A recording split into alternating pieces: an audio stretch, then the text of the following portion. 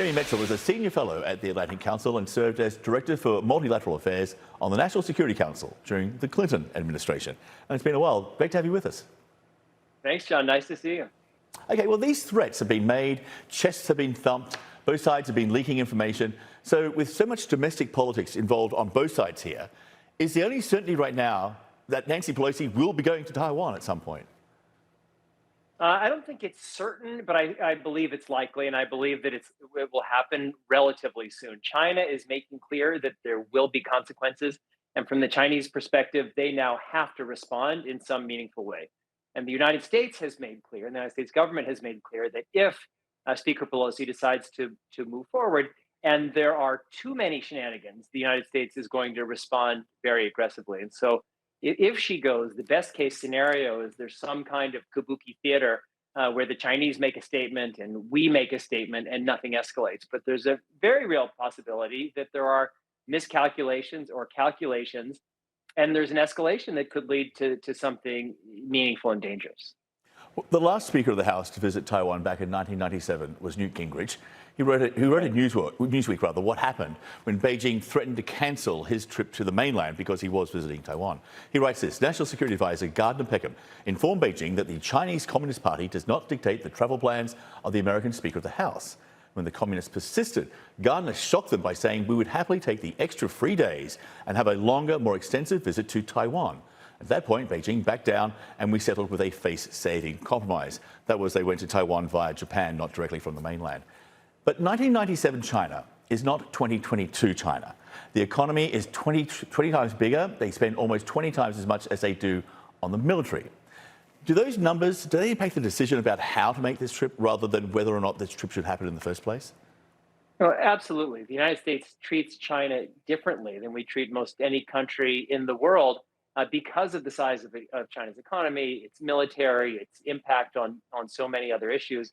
And that's the way it should be. Big power countries like the United States and China need to be highly cognizant of each other.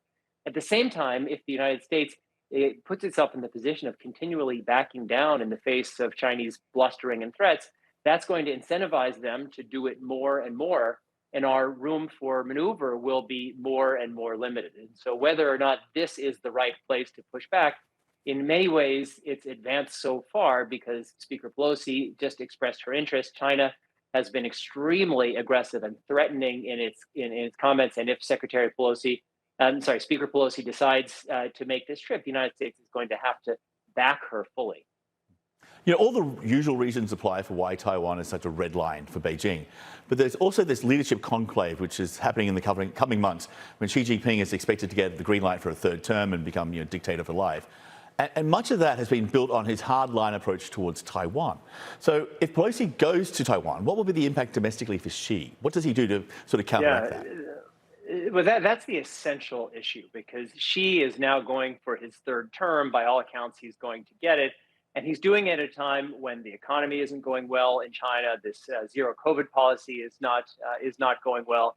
And he has invested a lot in being the champion of Chinese nationalism. And so if he backs down in the face of this, that's going to cost him politically, domestically. So he has to, in many ways, bluster. And that's why this is such a dangerous place to be in, both for the Chinese and for the United States. Nobody wants a conflict, but nobody also wants to be humiliated by the other side, and nobody wants to back down. Is the only positive from that phone call between Biden and Xi the fact that it actually happened? Well, Biden and Xi have known each other for more than 10 years. It's critically important to have that kind of connectivity. And the United States and China have a lot of shared interests, and some of them are common interests. Some of them are highly divergent. But we have no choice but to be speaking with the Chinese, and we have no choice but to do everything possible to try to keep those lines of communication open. We're certainly heading into choppy waters, but at very least we should be speaking with each other. And like I said before, we may need to orchestrate or try to orchestrate a series of back and forths where the Chinese are going to make some kind of aggressive step. We may need to make some kind of compromising step. There's already talk of some kinds of compromises on certain tariffs that aren't serving the U.S. economy well. There may be some kind of give and take. But this is not a coordinated effort. The United States, if Speaker Pelosi goes, this will be seen as a very aggressive move by the Chinese. And whatever the Chinese do in response, it will be seen as an aggressive move by us. Well, at the end of the day,